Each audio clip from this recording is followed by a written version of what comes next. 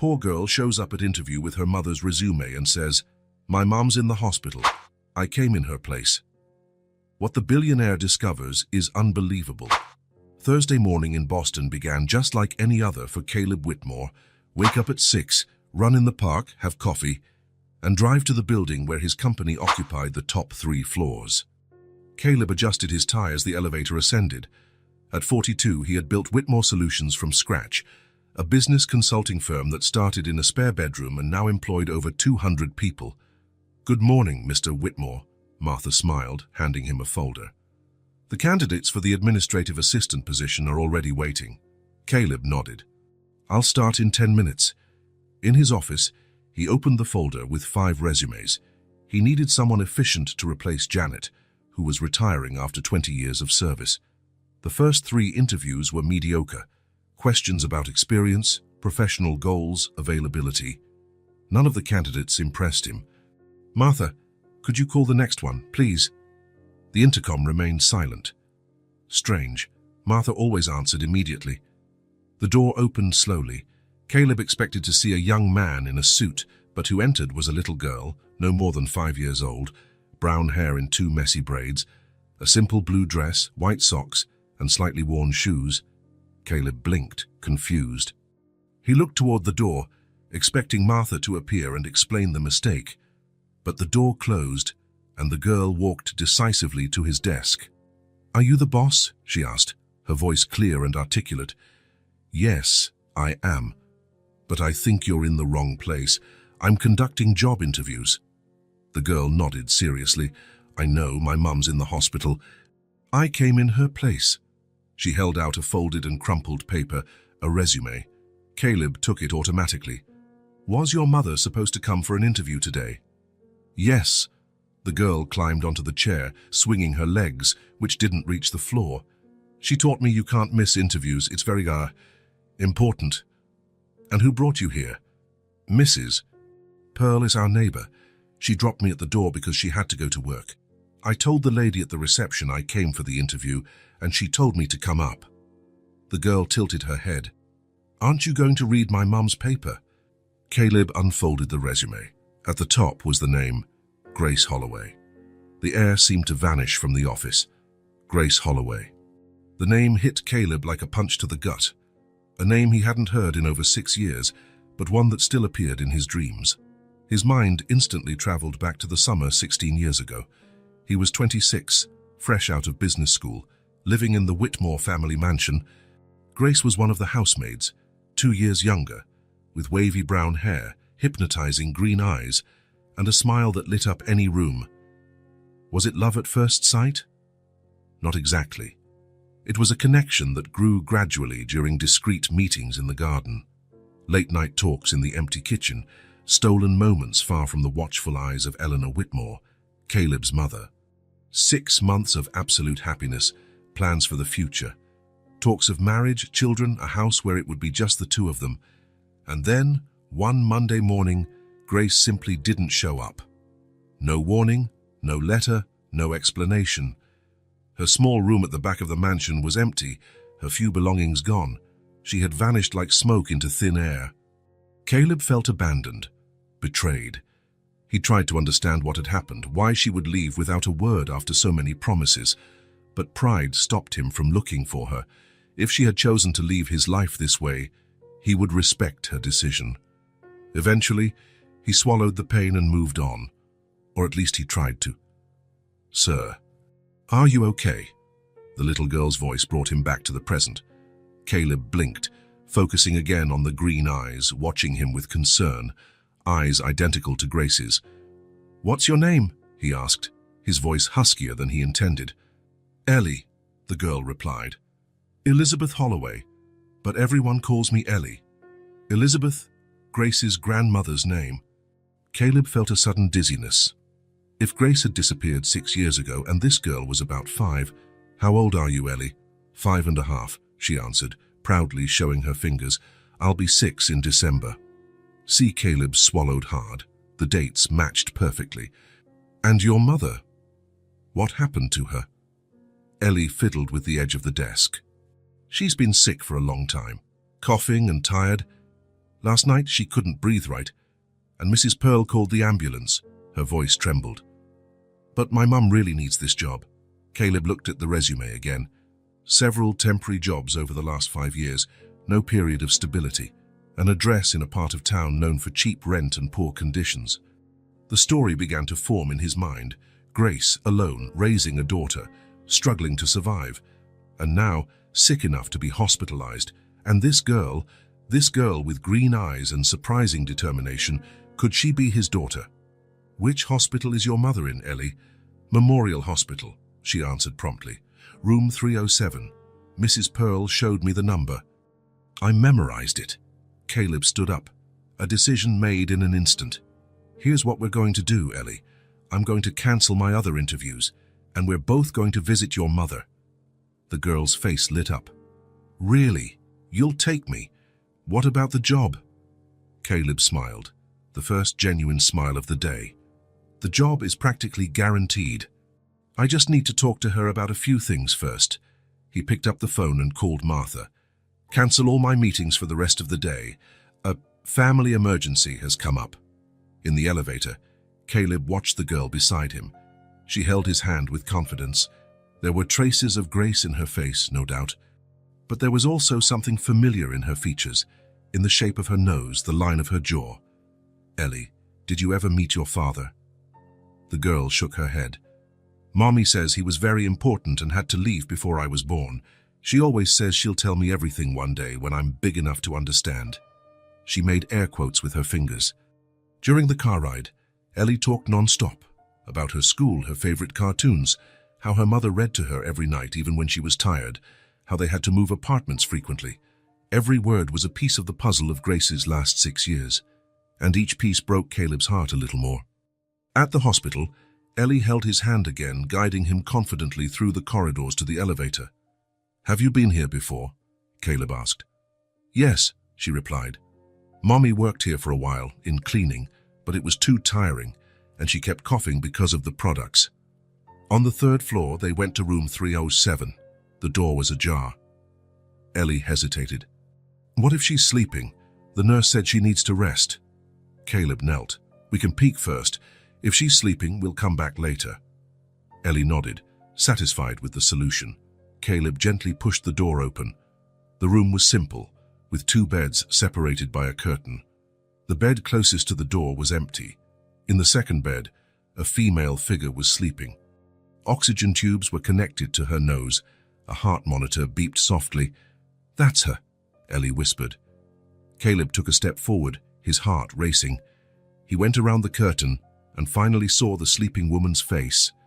6 years had passed, but he would recognize that face anywhere. The brown hair, now shorter and with a few premature grey strands.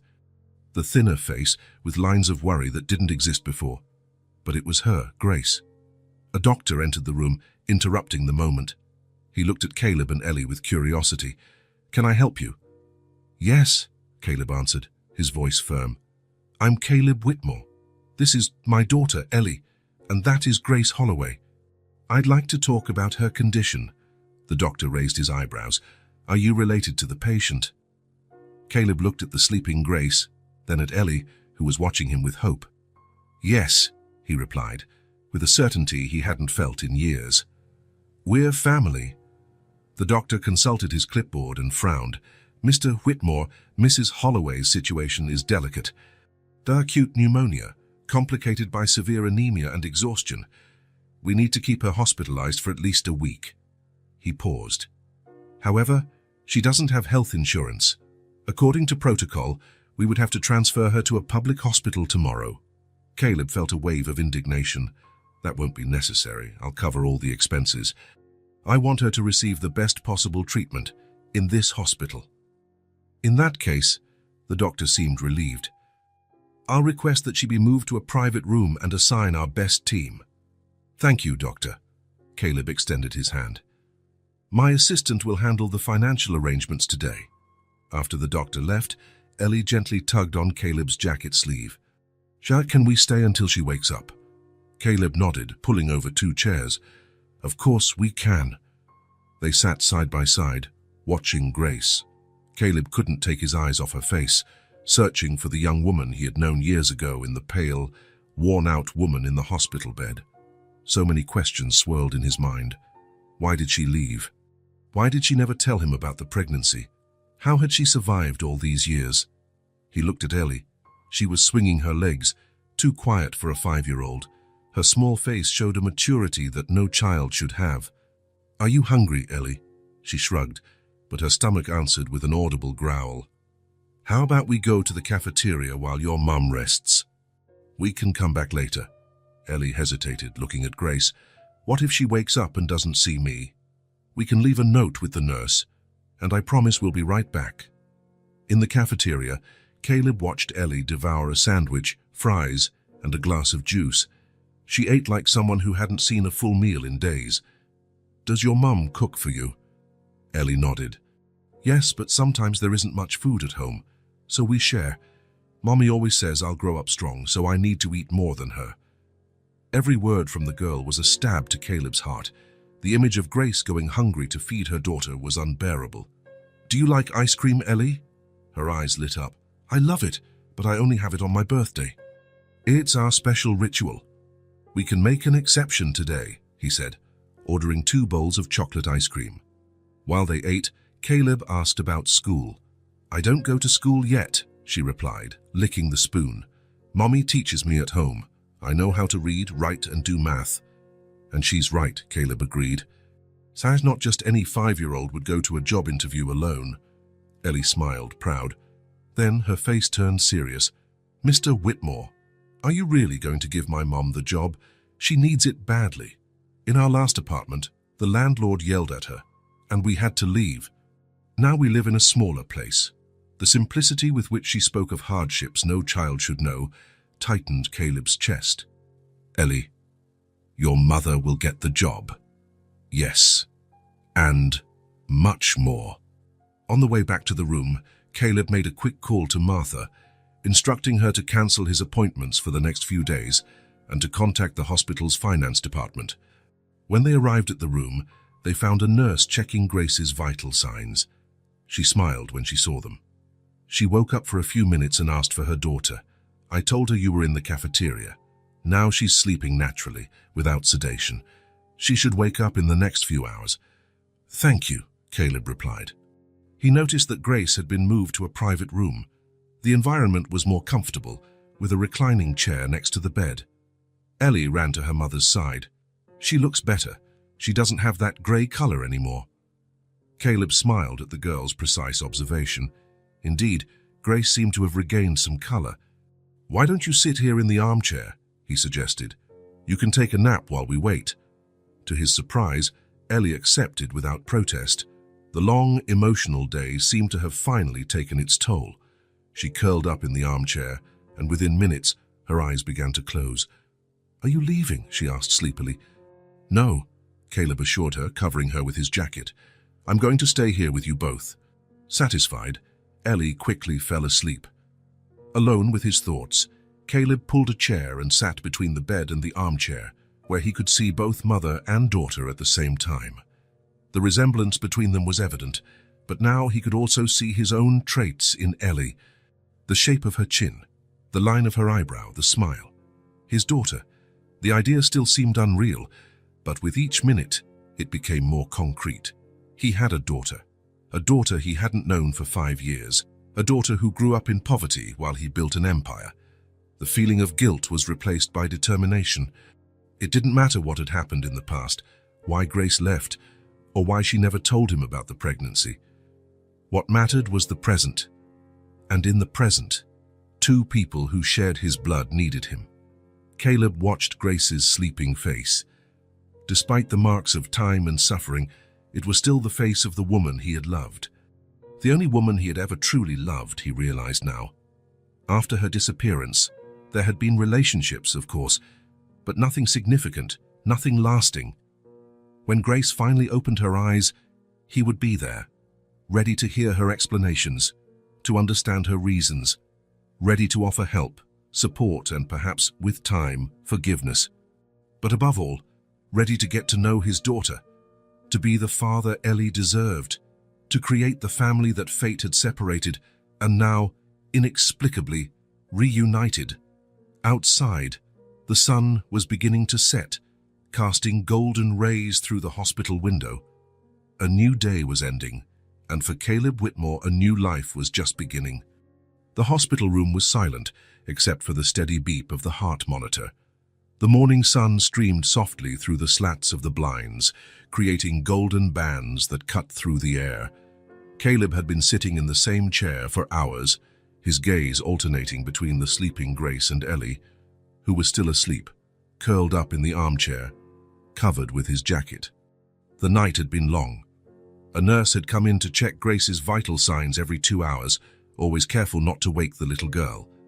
Caleb refused to leave, despite the gentle suggestions of the medical staff. Something inside him feared that if he left that room, he would return to find only empty walls, as if Grace and Ellie might disappear from his life again. He watched Grace's face, now more flushed than the day before. The antibiotics were working, according to the doctor who had passed by on the first morning round. His gaze swept over every detail of that face he once knew so well. The small wrinkles at the corner of her eyes that hadn't been there before, the mouth that no longer held the easy smile of years past. The marks that life, a life of hardship from what he could deduce, had imprinted on her. A subtle movement of Grace's fingers caught his attention. Her eyes were moving under her closed eyelids. Was she dreaming, or finally waking up? Caleb leaned forward, his heart racing. He saw her eyelids flutter, then slowly open, disoriented, adjusting to the light. Her gaze wandered over the ceiling, then the walls of the room, as if trying to remember where she was. Then her eyes met Caleb's. The recognition was instant. Caleb saw shock spread across her face, her green eyes widening, her breathing visibly quickening, causing the heart monitor to beep faster. Grace tried to sit up, but weakness made her fall back against the pillows. "Easy," Caleb whispered, not wanting to wake Ellie. "It's okay, you're in the hospital." Grace looked around again, now with more focus, until her eyes found the small, sleeping figure in the armchair. Her expression softened, relieved to see her daughter, but quickly returned to confusion as she looked back at Caleb. "How did you—" Her voice came out raspy, almost inaudible, the result of days of coughing and a dry throat. Caleb reached for a cup of water with a straw on the bedside table and offered it to her. Grace took a few cautious sips before pushing the cup away. "Ellie came to me with your resume," he replied, keeping his voice low. "She said you needed the job." "Your daughter is incredible." Grace closed her eyes for a moment, as if absorbing the information. When she opened them again, they were moist. "She wasn't supposed to. The neighbor promised to watch her while I was here." "Mrs. Pearl, from what Ellie said, she had to go to work. Your daughter is determined, Grace. She decided that if you couldn't go to the interview, she would go in your place." Caleb couldn't suppress a slight smile. "She walked into my office like a little executive." A tear ran down Grace's face, followed by another. She turned her face to the opposite side and trying to hide them, but her body trembled with a silent sob. Caleb waited, giving her space. He knew it wasn't just Ellie's story that made her cry, but the full weight of the situation, seeing him again after so many years, the condition they were in, the 1,000 unasked questions that hung in the air between them. "How long?" Grace finally spoke, still not looking at him. "How long have I been here?" "You were admitted the night before last." "Ellie came to my company yesterday morning." Caleb hesitated, then added, "She said you'd been coughing for weeks." Grace nodded weakly. "I couldn't stop working. I couldn't risk losing another job." Her words, so simple and direct, revealed a world of hardship Caleb could barely imagine. A single, sick mother, forcing herself to work to support her daughter. "The doctor said you have pneumonia, aggravated by anemia and exhaustion," Caleb said. "You need to stay hospitalized for at least a week." Panic crossed Grace's face. "I can't. I have no way to pay. And Ellie, I've already taken care of it," Caleb interrupted gently. "The hospital expenses, the private room, everything. And as for Ellie, she can stay with me while you recover." Grace finally looked back at him, her green eyes scanning his face, as if searching for something, perhaps anger, resentment, or some hidden motive. What she found must have been different, because her shoulders relaxed slightly. Why? The question was almost a whisper.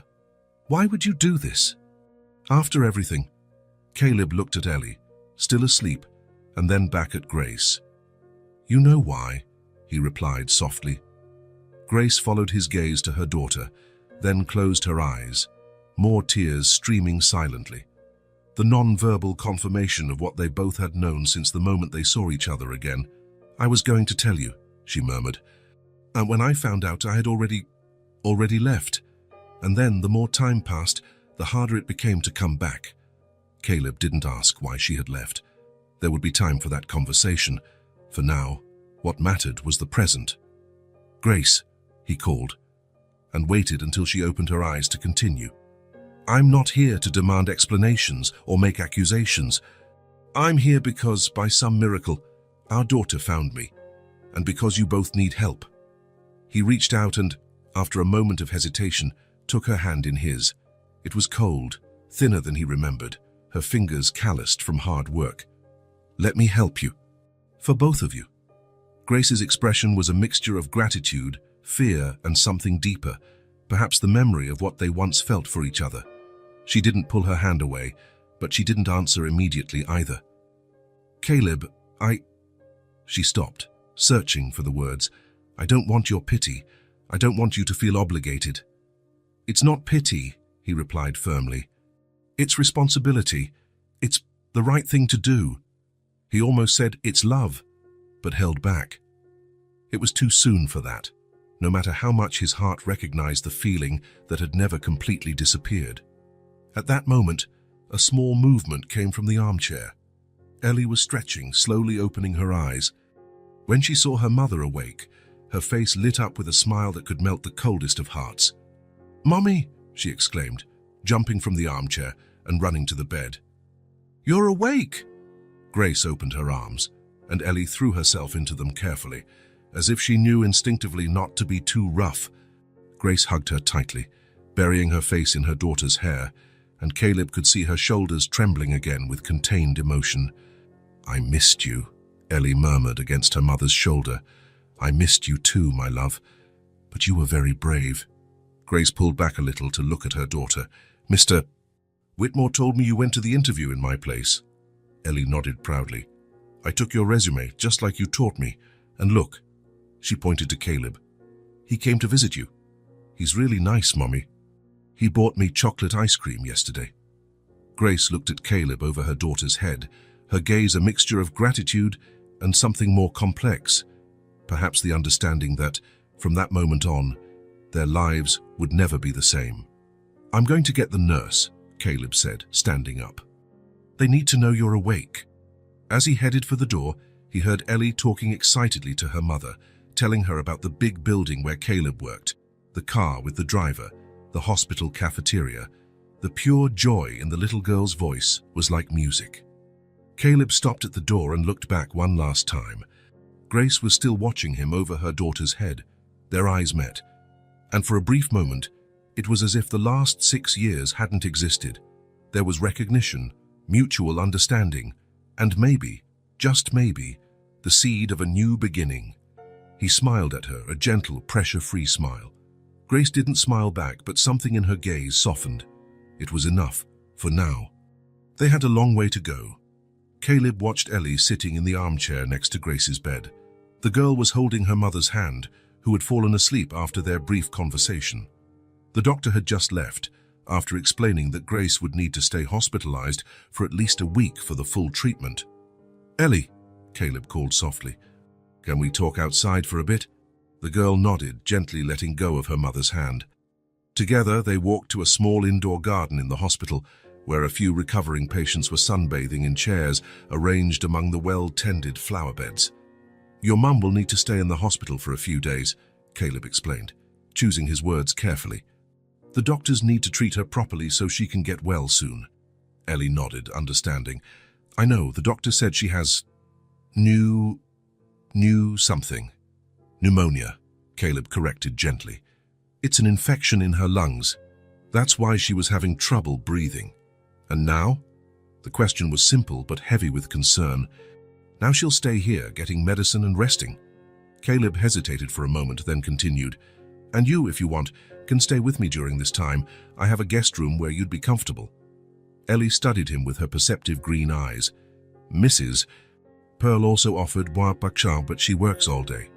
"I've rearranged my schedule to work from home while your mom is in the hospital," Caleb replied. "That way we can come visit her every day." The girl considered the proposal for a few moments, showing a surprising maturity for her 5 years. "Okay," she finally agreed. "But I need to get some things from our apartment." "Of course," Caleb nodded. "We can go right now." Grace and Ellie's apartment was in an old building in the southern part of the city. The elevator was broken, and they climbed 3 floors up a narrow staircase. Ellie opened the door with a small key she took from her dress pocket. The space was tiny, a living room that also served as a kitchen, a bedroom, and a bathroom. Everything was impeccably clean and organized, but the signs of financial hardship were evident. Worn-out furniture, walls with peeling paint, a single window with makeshift curtains. "This is where we live," Ellie said, without shame or embarrassment. "So it's not as big as your house, but Mommy makes everything pretty." Caleb felt a lump in his throat. "It's very cozy," he managed to say. Ellie picked up a small backpack and began to pack some clothes, a worn-out storybook, and a teddy bear with one eye missing. Caleb noticed her clothes would easily fit in a single drawer. A few t-shirts, 2 dresses, a mended pair of pajamas. "Ready?" she announced, zipping up the backpack. "Just this." The girl nodded. "This is all I need. And Mr. Buttons." She showed him the teddy bear. "Hey, he keeps me company when Mommy works at night." Caleb helped her with the backpack, and soon they were on their way to his apartment. During the car ride, Ellie looked out the window, fascinated, pointing at the tall buildings and the colorful shop windows. "Do you live near here?" she asked. "In Beacon Hill," Caleb replied. Seeing her confused expression, he explained, "It's a neighborhood not too far from downtown. You'll like it there." When they arrived at the elegant red brick building, Ellie was momentarily speechless. The doorman greeted them with a respectful smile. "Good afternoon, Mr. Whitmore." "Good afternoon, George. This is Ellie. She'll be staying with me for a few days." "A pleasure to meet you, Miss Ellie," the doorman said, bowing slightly. In the elevator, Ellie finally found her voice. "Why did he call me Miss?" "It's a polite way to address a young lady," Caleb explained, surprised by the question. "No one's ever called me that before," she commented thoughtfully. The elevator opened directly into Caleb's apartment, a duplex that occupied the top 2 floors of the building. The living room was spacious, with floor-to-ceiling windows offering a panoramic view of the city. "Your house is a palace," Ellie whispered, taking hesitant steps inside. Caleb smiled. "It's not a palace, but it's comfortable. Come on, I'll show you your room." He led her to a guest room on the upper floor, spacious, with a queen-sized bed, a small sofa by the window, and a desk. The colors were neutral, predominantly shades of light blue and gray. "I know it's not very cheerful for a child," Caleb noted. "Tomorrow we can buy some things to make it more colorful." Ellie shook her head. "It's perfect like this. I've never had a room all to myself." The simplicity of the statement caught Caleb by surprise. "You share a room with your mother?" "Yes. Our apartment only has 1 bedroom." She walked to the window, marveling at the view. "Can we see stars from here?" "A few. On the clearest nights. The city has a lot of light, so it's hard. Mommy showed me the constellations once when we went to the park at night." She turned to him. "Do you know the constellations?" "I know a few," he replied, making a mental note to study the subject. "You must be hungry. How about we order some food?" The following days established a routine. In the morning, Caleb would prepare a simple breakfast. He discovered Ellie loved pancakes with honey. Then, they would visit Grace at the hospital. In the afternoon, while Caleb worked from home, Ellie would read the books they had bought or draw at the living room table. At the end of the day, they would visit Grace again before returning home. It was on the 3rd day that Caleb realized how completely his life had changed. He was in his office when he heard a small noise at the door. Ellie was standing there, holding a drawing. "Can I show you something?" she asked shyly. "Of course." Caleb pushed his laptop aside, giving the girl his full attention. Ellie approached and placed the drawing on the desk. It was a simple but surprisingly detailed illustration of three people, a woman, a man, and a little girl. "This is us," she explained. "You, me, and Mommy when she gets out of the hospital." Caleb felt a lump in his throat. "It's a beautiful drawing, Ellie. Do you think she'll like it?" "I'm sure she will," he replied sincerely. "We can take it to her tomorrow." Ellie smiled, satisfied. "Can I stay here while you work? I promise to be quiet." "You can." Caleb pulled a chair closer to his desk. "You can draw more if you want." While he worked, Caleb discreetly watched the girl concentrated on her drawing, her tongue stuck between her teeth in an expression of absolute focus. It was strange how in just 3 days, her presence had become natural, even necessary. The apartment, once a pristine but empty space, now had life. There were children's books in the living room, small shoes in the hallway, laughter echoing in the walls that had once only known silence. On the morning of the 4th day, Caleb woke to the sound of light footsteps in the hallway.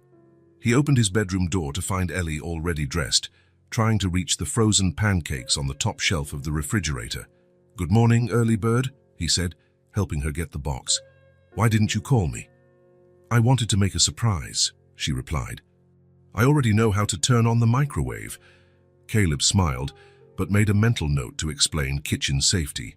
Together, they prepared breakfast, with Ellie insisting on setting the table, like in the restaurants. She placed folded napkins, aligned silverware, and even found a small vase where she put some artificial flowers from the living room. Perfect," Caleb approved, sitting at the table he usually only used to drop mail. "You'd be a great hostess." "What's a hostess?" Ellie asked, biting into a pancake. "It's someone who welcomes people into their home and makes them feel welcome." She considered the explanation. "So are you a host for me?" "I guess I am," Caleb replied. "Do you feel welcome?" Ellie nodded, her mouth full of pancake. When she swallowed, she said, "This is the best house I've ever visited. But I miss Mommy." "I know." Caleb reached out, touching her hand briefly. "We'll visit her again today and bring her your drawing." The sparkle in the girl's eyes was worth all the gold in the world. On the 5th day, they bought school supplies. During a conversation at the hospital, Grace had mentioned that she taught Ellie at home, but they didn't always have adequate resources. "Do you like to study?" Caleb asked as they browsed a large bookstore. "I love it," she replied, her eyes shining before the colorful shelves. "Hi, Mommy says studying is the only thing no one can take away from you." Caleb felt a pang, thinking about what Grace had faced to pass on these values to her daughter, even in such adverse conditions. "She's right," he agreed. "How about we pick out some books for you both?" Ellie selected carefully: storybooks, an atlas, science books with lots of illustrations. With each choice, she explained why she thought it was important or interesting. Her maturity and discernment surprised Caleb every day. That night, they read one of the new books together. It was about a trip to space, with stunning illustrations of planets and stars. Ellie asked insightful questions, absorbing every piece of information with enthusiasm. "When I grow up, I want to be an astronaut," she declared, looking at an image of the Earth from space. "Or a doctor or a teacher. I haven't decided yet." "You have time," Caleb smiled, "and you can be whatever you want." "Mommy always says that." She yawned, the day's excitement finally catching up with her. "She's going to like these books." "I'm sure she will," Caleb replied, helping her get settled in bed. "We'll take some for her to see tomorrow." When it was time to sleep, Ellie asked, "Can you leave the door open a little? I don't like it when it's too dark." "Of course," Caleb replied, leaving a crack in the door. "Mr. Whitmore?" Ellie called as he was leaving. "Thank you for taking care of me while Mommy gets better." Caleb felt a wave of affection for the small figure in the big bed. "Thank you, Ellie. It's been special." Later, alone in his room, Caleb realized how much his life had changed in just 1 week. It wasn't just the physical changes, the toys, the children's books, the adjusted routines. It was something deeper, an inner transformation. Before, his life revolved around work, goals and numbers, important meetings, tight deadlines, tense negotiations. Things that seemed essential just 7 days ago now felt so distant. He had cancelled or rescheduled appointments he once would have considered non-negotiable, all to be present for a child he barely knew but who already occupied a huge space in his heart. Now, suddenly, he cared about things like pancakes for breakfast, bedtime stories, and stars that could barely be seen through the city lights. He cared about learning constellations to answer Ellie's curious questions, about finding the right balance between discipline and freedom for a child who had already lived with too many responsibilities for her age. In the dining room, Caleb had hung the drawing Ellie had made of the three of them. Every time he passed by, he would stop for a moment to look at it. The simple figures, the big smiles, the joined hands, a family. The word came to his mind uninvited, but he didn't push it away. Maybe that's what they were becoming, in an unlikely and unexpected way. The next morning, Caleb and Ellie were getting ready for another visit to the hospital. Today would be the day for the important conversation with the doctors, Grace's full diagnosis, the treatment prospects, the recovery time. "Ellie," Caleb called as the girl carefully arranged some drawings to show her mother. "You know that, no matter what happens, I'll continue to help you and your mum, right?" She looked at him, her green eyes serious and confident. "I know," she replied simply. "Mommy seems happier when you're there." The girl's insightful observation caught him off guard. Not knowing what to say, he just smiled.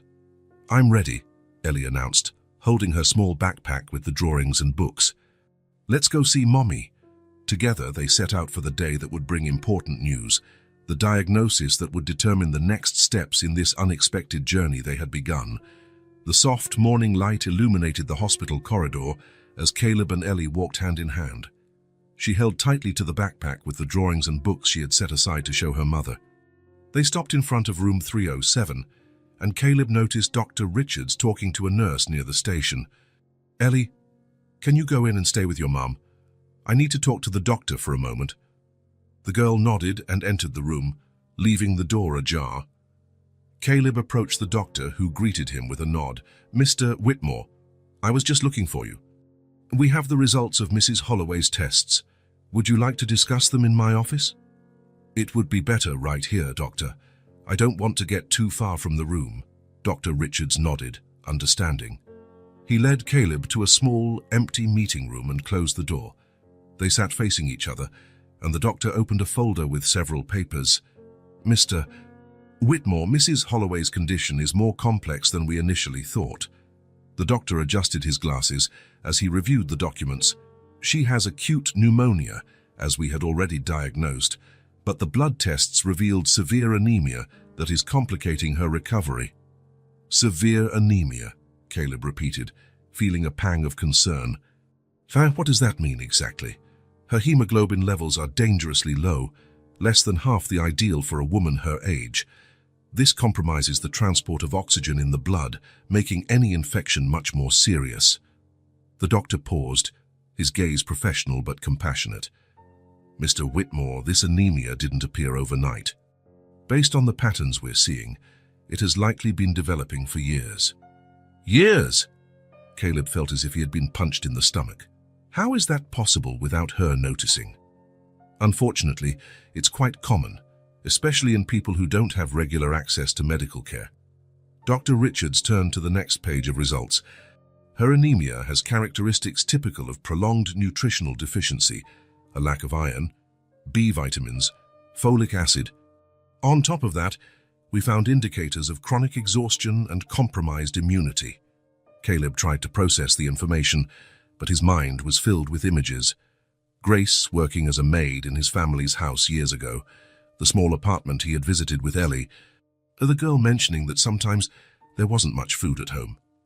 "In layman's terms, Doctor," Caleb asked, his voice huskier than usual, "what's happening to her?" The doctor sighed, abandoning the clinical language for a moment. "Her body is exhausted, Mr. Whitmore. Years of inadequate nutrition, likely combined with overwork and stress, without regular medical supervision. It's like a car that's been driven continuously without maintenance and with low-quality fuel. Eventually, it breaks down. And the treatment, and the... What are the prospects? With the proper treatment, She can make a full recovery. Dr. Richards closed the folder. But it won't be quick or simple. We're treating the pneumonia with broad-spectrum antibiotics, and we've already started transfusions for the anemia. But the most important thing will be what happens after she's discharged. What do you mean? Mrs. Holloway will need a complete change in her lifestyle. Absolute rest for at least a month. A balanced diet rich in specific nutrients, vitamin supplementation, regular medical follow-ups. The doctor looked directly into Caleb's eyes. And most importantly, no heavy physical labor or multiple jobs, at least for the next 3 to 6 months. The reality of the situation hit Caleb with full force. Grace was a single mother, living in a tiny apartment, likely struggling to pay the bills. How could she go months without working? I understand, he said finally. And when can she be discharged? If she continues to respond well to the antibiotics, in about 5 days.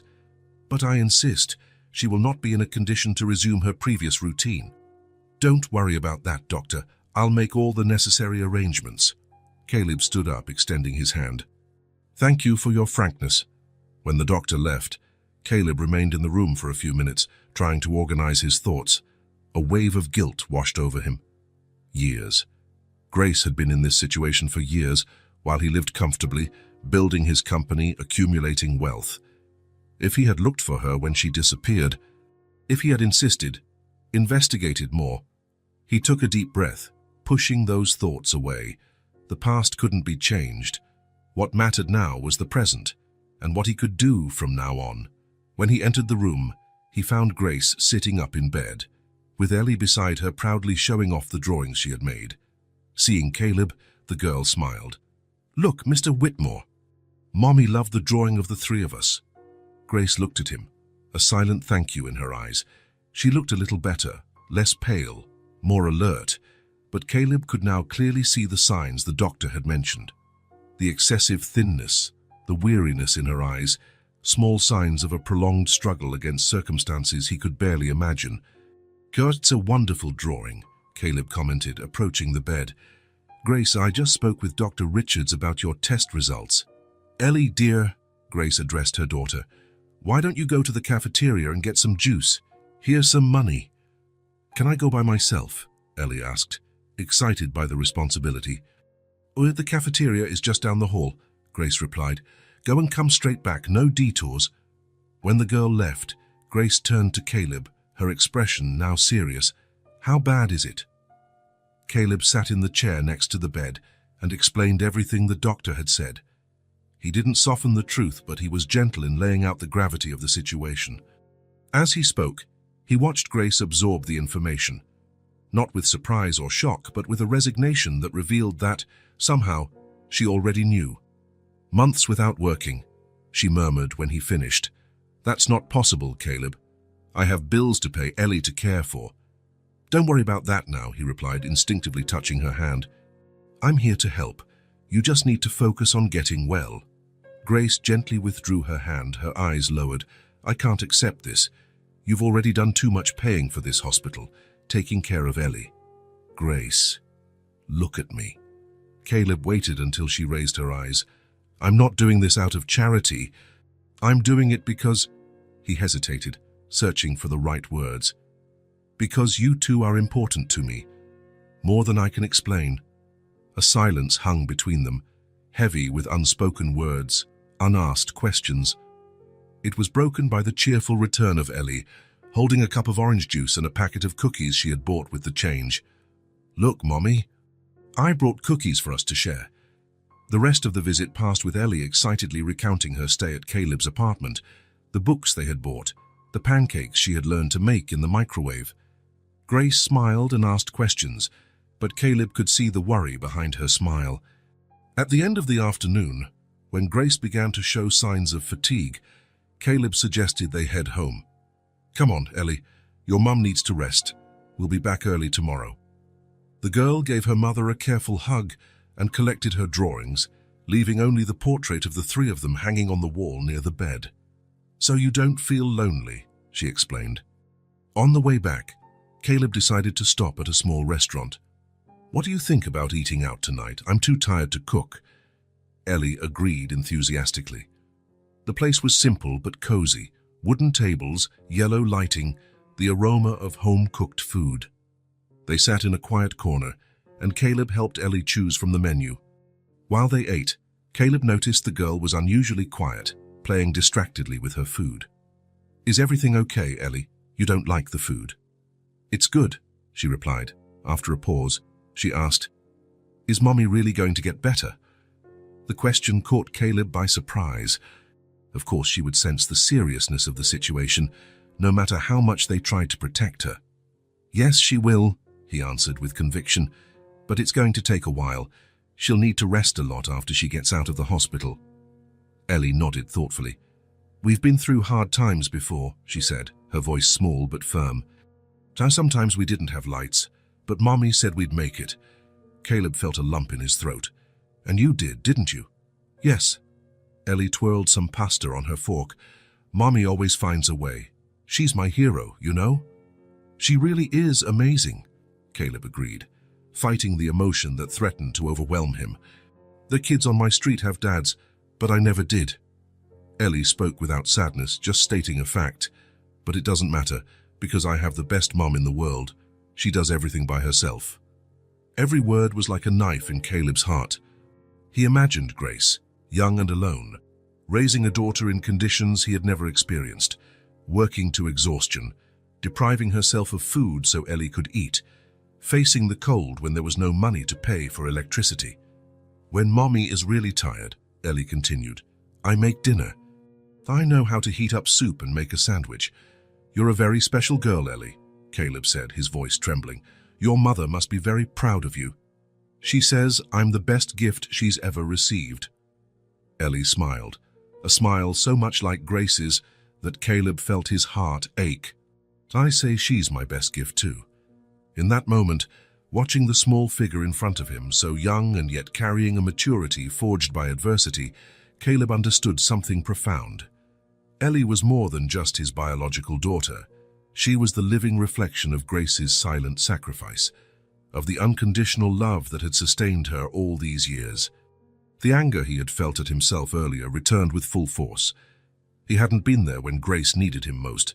He hadn't seen his daughter's birth, hadn't held her hand in the difficult moments, hadn't helped turn on the lights when darkness filled the small apartment, but he was here now. And he would do everything in his power to ensure that Grace and Ellie would never face hardship again. "Mr. Whitmore," Ellie's voice brought him back to the present. "Are you crying?" Caleb hadn't realized the tear running down his face. He quickly wiped it away, forcing a smile.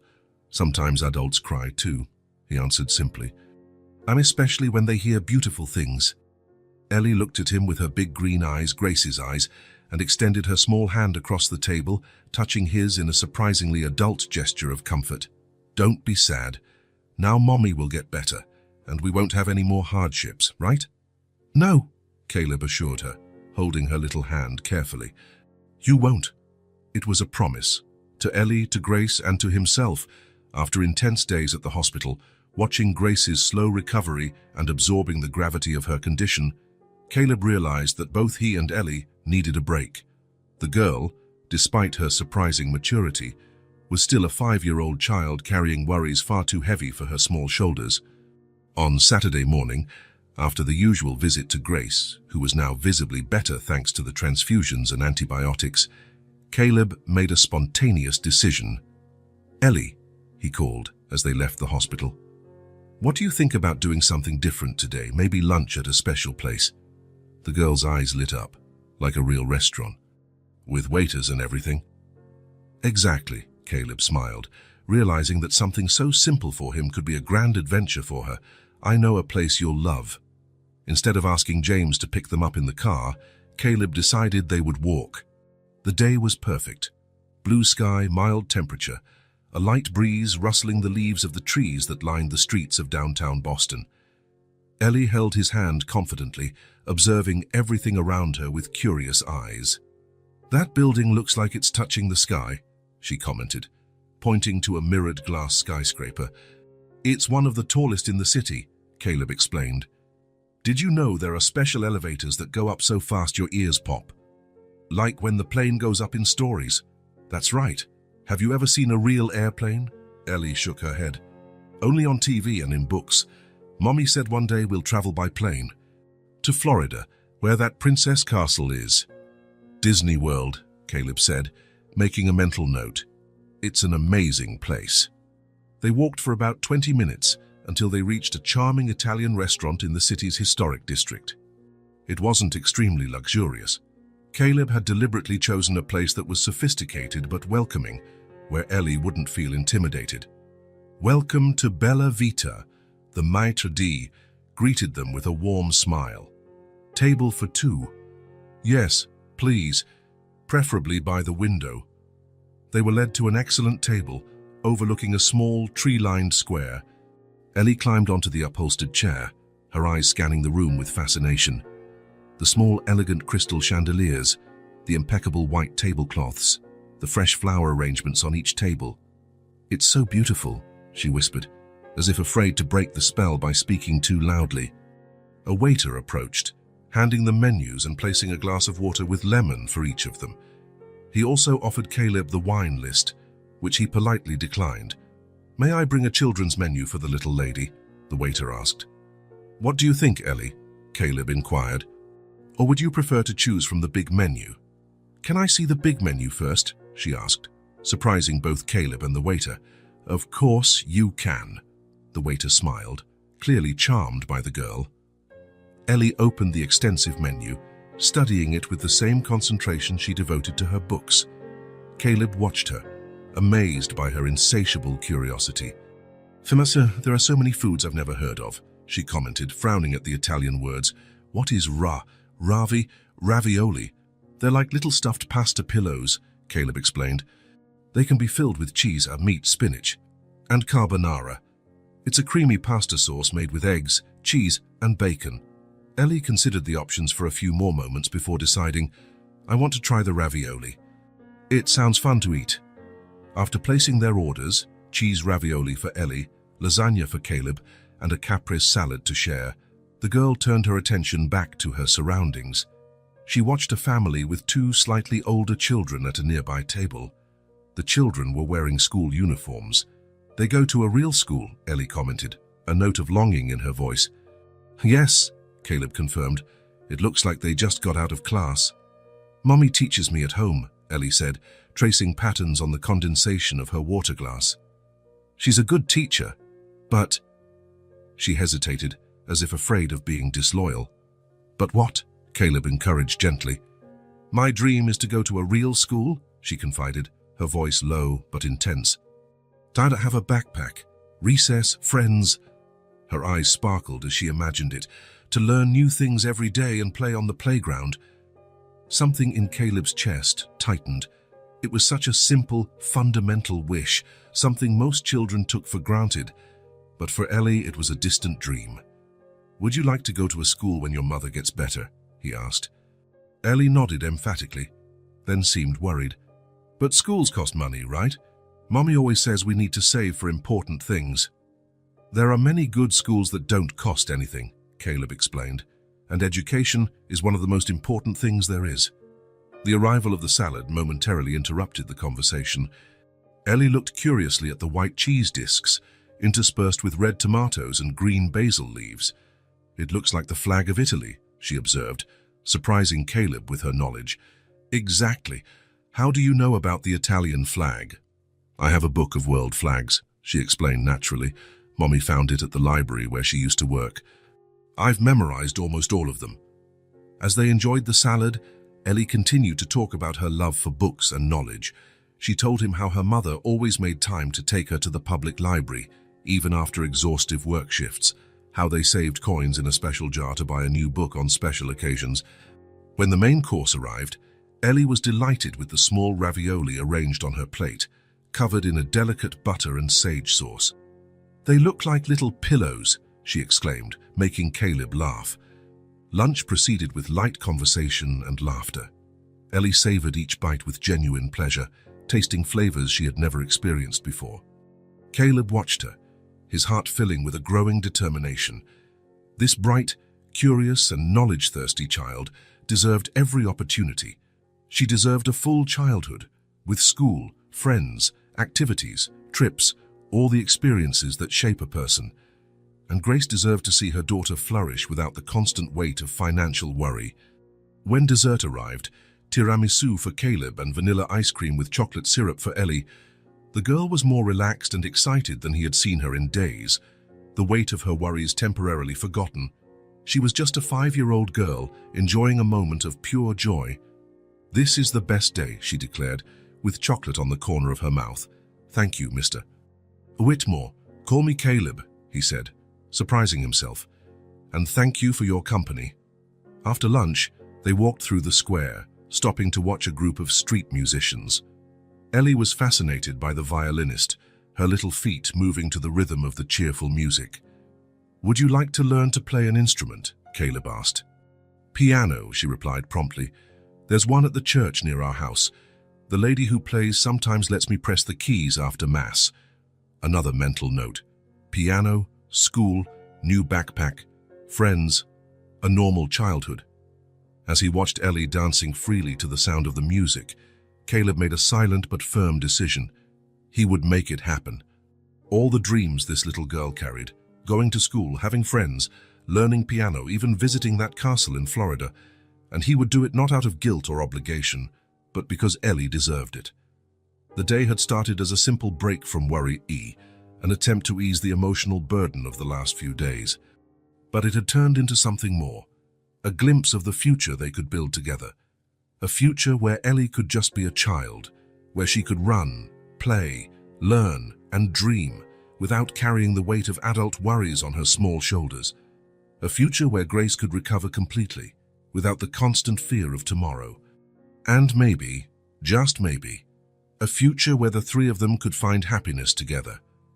As the sun began to set, casting golden rays over the city, Caleb picked Ellie up for the walk back. She rested her head on his shoulder, tired but content. "It was a very happy day," she murmured, already half asleep. "Yes," Caleb agreed, feeling a peace he hadn't experienced in years. It was just the first of many. The second week of Grace's hospitalization brought visible changes in her condition. The color had returned to her cheeks. Her breathing was no longer labored, and the doctors were talking about discharging her in the coming days. The blood transfusions had raised her hemoglobin levels to acceptable ranges, and the pneumonia was receding in the face of powerful antibiotics. That afternoon, Caleb decided to visit Grace alone. Martha, his secretary, had offered to take Ellie to the movies, an outing the girl had never experienced, and which left her beaming with anticipation. Before leaving, Ellie hugged Caleb and whispered, "Tell Mommy I'm going to see a movie on the big screen today." Now, as he walked down the familiar hospital corridor, Caleb felt a strange mix of anxiety and expectation. Since the full diagnosis, his conversations with Grace had been mostly about her health and about Ellie. Their shared past remained an unexplored territory between them, a silent space they both avoided for different reasons.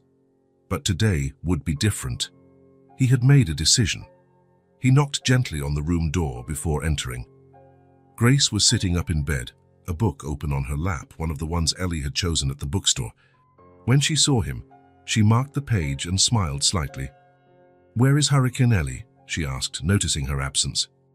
"The movies," Caleb replied, sitting in the chair next to the bed. Martha took her to see that new animated movie about dinosaurs. From her excitement, it seemed like she was going to another planet. Grace laughed, a sound Caleb had heard more of in recent days, and which always had a strange effect on his chest. "She's never been to the movies," Grace commented, a shadow briefly crossing her eyes. "I always wanted to take her, but now she's going," Caleb completed softly. "And there will be many other first times." A comfortable silence settled between them.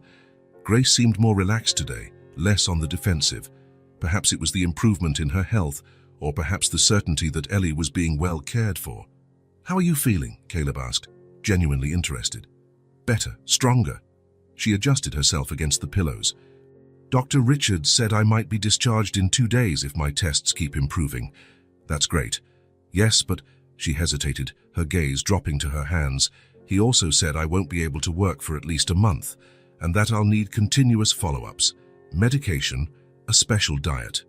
Grace, Caleb interrupted gently. We've already talked about this.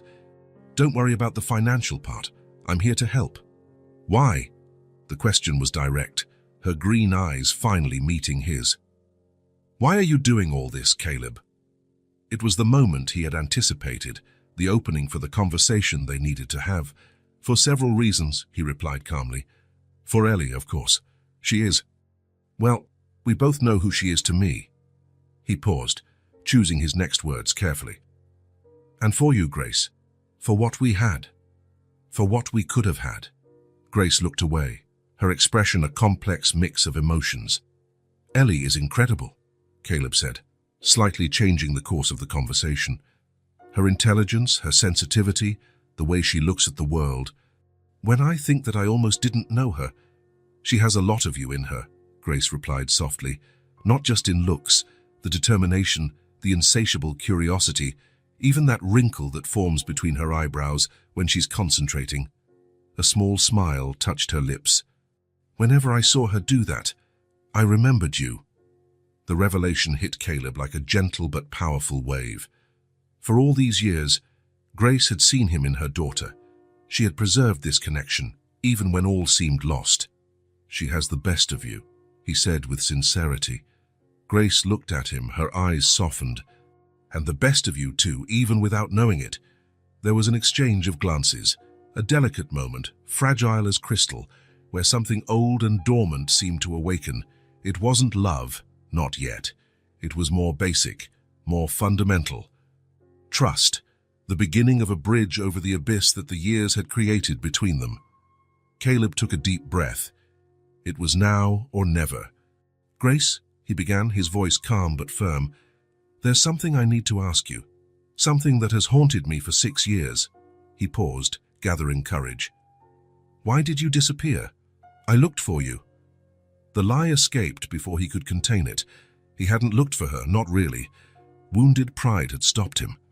But somehow, in this moment, it seemed important for her to know that he had missed her, that her absence had left a void. Grace was silent for a long moment, her gaze fixed on the window, where the afternoon sun created golden patterns through the blinds. When she finally spoke, her voice was low, almost a whisper. Your mother found out about our relationship. The words hung in the air, heavy as lead. Caleb felt his body tense. Eleanor called me into her office at the mansion one day while you were in the city, Grace continued, each word seeming painful to pronounce. She said she had noticed how we looked at each other, how I was coming on to her son. Caleb clenched his fists involuntarily. He could picture the scene with painful clarity, his mother, cold and calculating, and Grace, young and vulnerable. She fired me on the spot. Said it was shameful, that I was trying to social climb through you. Grace swallowed hard, the memory clearly still painful. Then she offered me money, a significant amount for someone like me, who had nothing, enough to start over somewhere else, far from Boston, far from you. And you took it, Caleb said, not as an accusation, but as a statement of fact. Grace nodded, silent tears beginning to stream down her face. I was alone, Caleb. No family, no real friends, nowhere to go after losing my job and lodging at the mansion. I took it. Her voice broke. And then, a few weeks later, I found out I was pregnant. Caleb felt as if the air had been sucked out of the room. The revelation wasn't unexpected. He had already deduced much of the story, but hearing the confirmation, the raw truth of his mother interfering in his life in such a way, was devastating. Why didn't you look for me then? He asked, his voice hoarse with contained emotion. When you found out about Ellie, Grace wiped her tears with the back of her hand. I tried once. I went to your family's company. 3 months after I left, I was determined to tell you about the baby. She smiled sadly.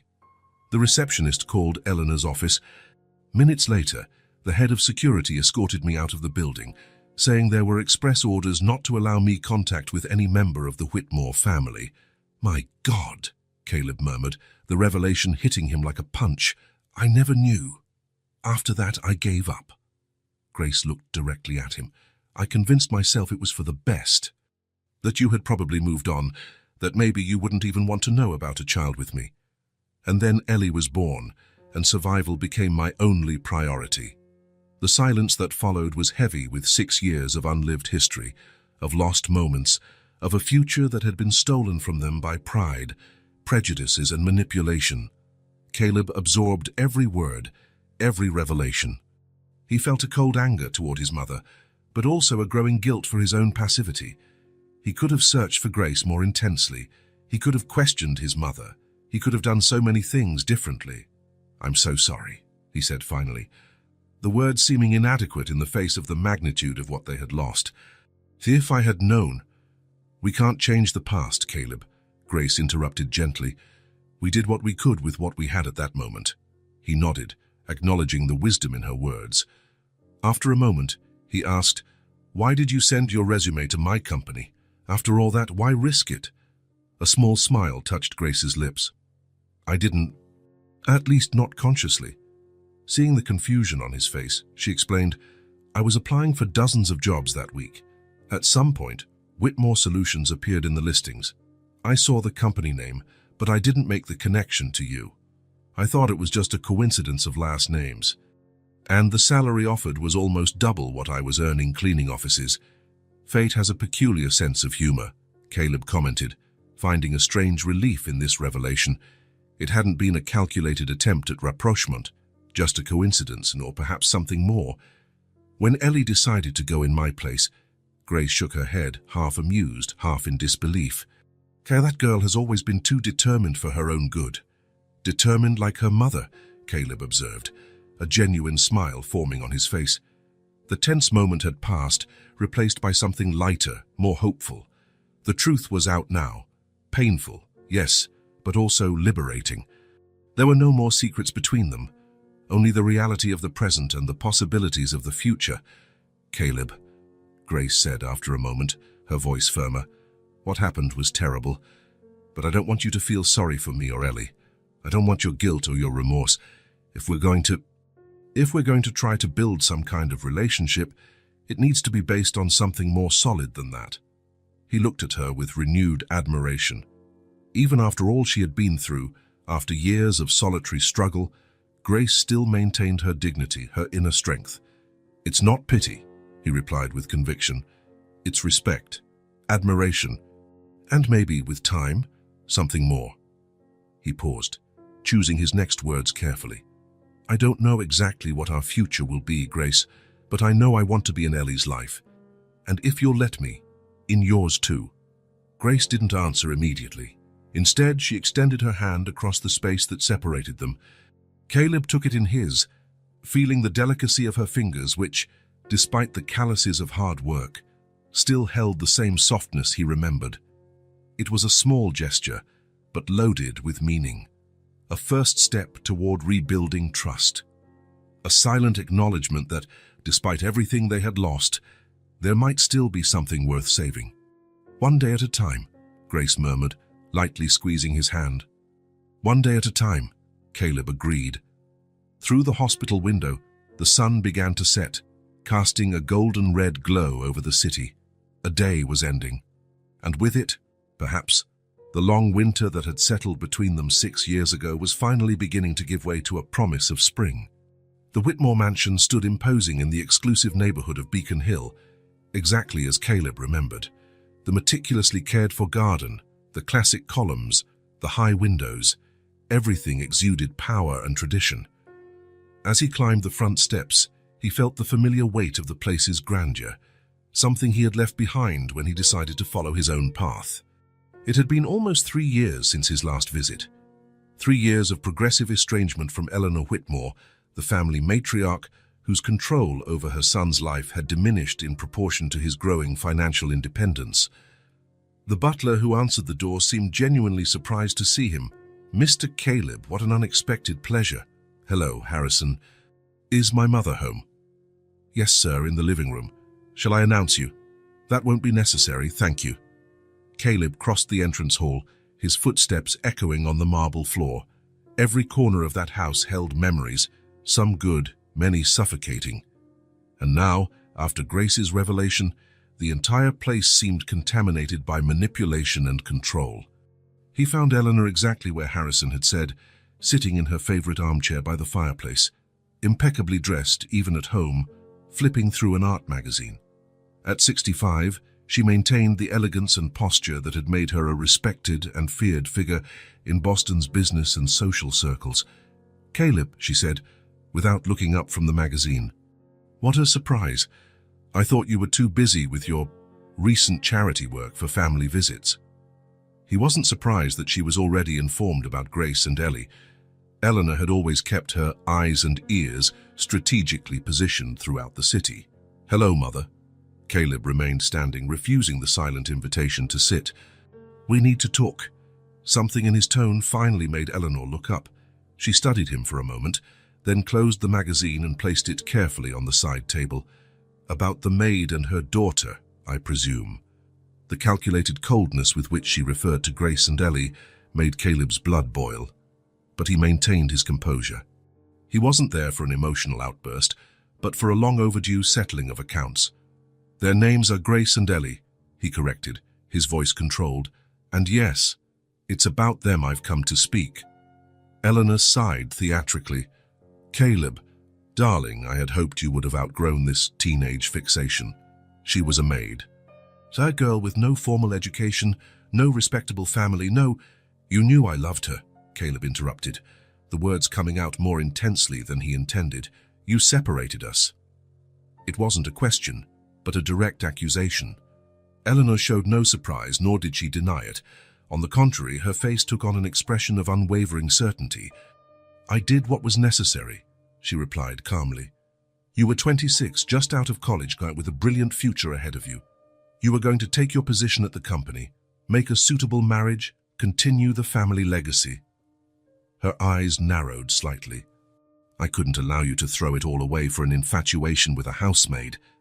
Caleb absorbed every word, every cold and calculated justification. There was no regret in Eleanor's voice, only the absolute conviction that she had acted correctly. "You paid her to leave," he continued. "Then you prevented her from contacting me when you found out she was pregnant." A flash of surprise crossed Eleanor's face, not at the accusation itself, but at Caleb's discovery.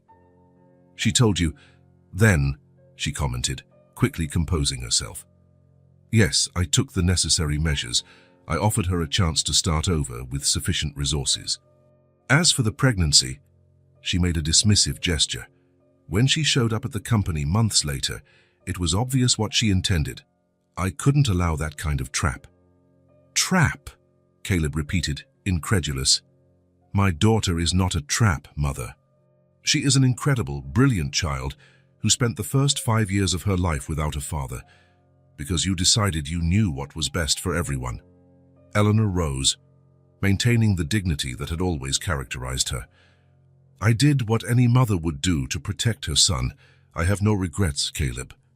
And if you came here expecting an apology, I'm afraid you will leave disappointed." Caleb looked at the woman before him, powerful, controlling, unable to recognize the damage she had caused. A strange calm washed over him. There was no anger, no longer the desire for confrontation that had brought him here, just a crystal clarity about what needed to be said. "I didn't come for your regret or forgiveness, Mother," he said, his voice firm. "I came only to inform you that I know what you did, and that, despite everything, something beautiful has come from this situation." He walked to the window, looking out at the garden where he had played as a child. So many rules, so many expectations, so little freedom. "I have a daughter," he continued, turning to face Eleanor.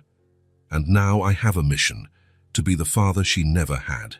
Something indefinable crossed the matriarch's face, perhaps the realization that, this time, she had irreversibly lost control. "And what about the mother?" she asked, her voice slightly less confident. "Had you also planned to rescue on your old flame?" "What happens between Grace and me is our own business," Caleb replied. "What I know for sure is that they are both now part of my life, permanently." Eleanor did not answer. Her silence said more than any words. Caleb walked to the door but stopped before leaving. "I hope one day you'll want to meet your granddaughter," he said without looking back. "She deserves a grandmother more than you deserve to know her, but the door will be open should you decide that family is more important than appearances." He left the room and the mansion without waiting for a response. The cool autumn air greeted him like a blessing. As he walked down the steps toward the street, he felt as if a huge weight had been lifted from his shoulders. It wasn't about revenge or resentment. It was about closure. About closing a door on the past, on the manipulations, on the suffocating expectations, to open a new one with the present. A present where Ellie smiled when she saw him, where Grace was slowly learning to trust again, where the possibility of a real family, based on love and respect, finally seemed within reach. He got into his car and drove toward the hospital. Today was the day of Grace's discharge, a new beginning for all of them. Caleb's apartment had been transformed in recent weeks. Colorful drawings decorated the refrigerator, children's books occupied the living room shelves, and one wall displayed a mural of recent photos. Ellie in the park, Grace smiling during a picnic, the three of them together on a carousel. After her hospital discharge, Grace had accepted Caleb's suggestion for her and Ellie to stay in the guest room until her full recovery. The temporary arrangement had already lasted 3 weeks, and no one seemed in a hurry to change it. Grace's recovery progressed steadily, but slowly. The color was returning to her cheeks, and the doctors were pleased with the progress of her tests. Still, the fatigue persisted, a result of years of neglecting her own health. That Sunday afternoon, the three had had lunch together. The meal had taken place in a light atmosphere, with Ellie dominating the conversation, talking about the planets she had learned about in one of the new books. Now, the girl was drawing at the coffee table, while Grace and Caleb exchanged meaningful glances. They had talked the night before, after Ellie fell asleep. It was time to tell the truth. "Ellie," Grace called softly, "can we talk with you for a little bit?" The girl looked up from her drawing, a colorful representation of the solar system. "I finished Jupiter. Look how many spots it has." "It's beautiful," Caleb praised, sitting on the sofa next to Grace. "But your mother wants to talk to you about something important." Ellie put down her colored pencils and came over, climbing onto the sofa between the two adults. She looked from one to the other with her big green eyes, attentive and intelligent. "Is it serious?" she asked, sensing the different atmosphere. Grace took a deep breath and took her daughter's hand in hers. "Remember when you used to ask me about your dad, and I said one day you would meet him?" Ellie nodded, suddenly serious. "And remember I told you that your dad was someone special, but that he couldn't be with us?" Again, the girl nodded. Her eyes briefly moved to Caleb, then back to her mother. "Ellie." Grace paused, searching for the right words. "Caleb is your dad." For a moment, there was only silence. Ellie looked at Grace, then at Caleb, her wide eyes processing the information. Then a broad smile lit up her face. "Good thing I went to that interview. Otherwise, I would have never found you." The simplicity of the answer, the pure and unreserved acceptance, hit Caleb like a wave of emotion. He felt his eyes well up, and when he looked at Grace, he saw she was also fighting back tears. "You're not surprised?" Grace asked, stroking her daughter's hair. Ellie shrugged, with that disconcerting wisdom that sometimes emerged. "A little. But I kind of thought you might be. We have the same smile." Caleb laughed softly, marveling at the girl's perception. "And are you happy about it?" he asked hesitantly. In response, Ellie threw herself into his arms, hugging him with all the strength her little arms could muster. "Very happy. Now I have a real dad." Caleb hugged her back, a deep emotion running through his chest. Over the girl's head, his eyes met Grace's, who was smiling through her tears. The moment was magical, almost unreal, as if an invisible circle was finally closing. "Does this mean we're going to live together forever?" Ellie asked, still hugging Caleb. The innocent question carried implications the adults had not yet fully resolved. Caleb and Grace exchanged a look. There were feelings rekindling between them, no doubt, but also caution. "For now," Grace answered carefully, "we'll stay here while I finish recovering, then we'll see what's best for all of us."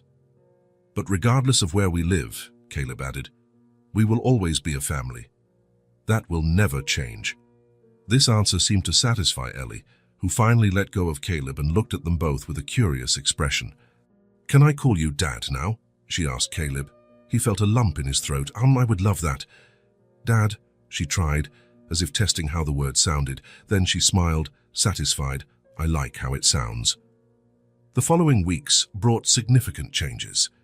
Caleb began the legal process to officially recognize his paternity of Ellie. The DNA test was a formality. No one had any doubts, but it was necessary for the process. At the same time, he began looking for a more suitable house for the three of them. The apartment, though spacious, had no yard, nor enough space for an active child. He found a charming property in the suburbs, a brick house with a large garden, trees to climb, and the best elementary school in the region just a few blocks away. When he showed the house to Grace and Ellie, the girls' reaction was pure joy. She ran from room to room, imagining where her books, her toys, and her future telescope that Caleb had promised would go. Grace, on the other hand, was more reserved. "It's very generous, Caleb, but..." "But what?" he asked when they were alone in the spacious kitchen. "I don't want you to feel obligated to do all this. The house is beautiful, but it's a huge commitment." Caleb moved closer, taking her hands in his. "Grace, none of this is an obligation. It's what I want to do. What I should have done years ago if I'd had the chance." He paused, searching for the right words. "I'm not just buying a house for Ellie. I'm creating a home for the three of us." The three of us hung in the air, loaded with meaning. In recent months, the relationship between them had evolved slowly, carefully. Small touches, late-night talks after Ellie fell asleep, a hesitant kiss the week before. "One step at a time," Grace replied, but her smile suggested that the path they were on was the right one. 3 months after the revelation, on a sunny spring morning, Ellie stood at the entrance of the new house, proudly wearing her school uniform, a blue plaid skirt, white shirt, and a blazer with the Oakwood Elementary School emblem.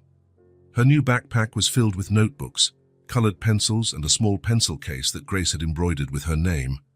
"I'm nervous," she confessed, adjusting the uniform's bow tie. "It's normal," Grace assured her, bending down to fix a stray strand of hair from her braid. "But you're going to do great. You're the smartest girl I know." "And the bravest," Caleb added, holding a camera to record the moment. So after all, who else would walk into an interview room at 5 years old? Ellie laughed, the comment easing some of her tension. Caleb took a few photos, capturing the mixed expression of nervousness and excitement on his daughter's face. Together, they walked the 4 blocks to the school. It was a beautiful institution, with a wooded campus and modern facilities. Caleb had made sure it offered everything Ellie might need: small classes, music, science, and art programs, and individualized support to help her adapt. As they reached the main gate, they saw other families saying goodbye, children running to find friends. A young, smiling teacher approached them. "You must be Ellie Holloway Whitmore," she said warmly. "I'm Miss Bennett, your teacher." Ellie shook the teacher's hand with surprising formality. "A pleasure to meet you. I'm excited to learn about volcanoes. I read that you have a science club." Miss Bennett seemed impressed. "We do, and we would love to have you in the club. But first, how about we meet your classroom and your new classmates?" Ellie nodded, then turned to her parents. She hugged Grace first, then Caleb, holding on to him a little longer. "I'll miss you," she whispered. "We'll be here at pickup," he promised. "And you'll have so many things to tell us." Ellie smiled, adjusted the backpack on her shoulders, and took a few steps away.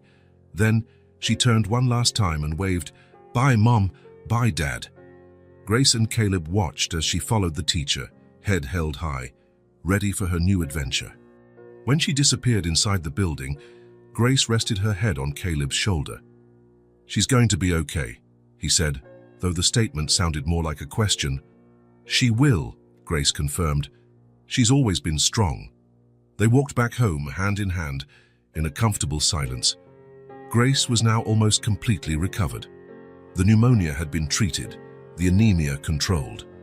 She strictly followed the diet prescribed by the doctors, took light walks every morning, and had recently started working part-time coordinating a social project at the foundation linked to Caleb's company, a program that offered scholarships to low-income youth.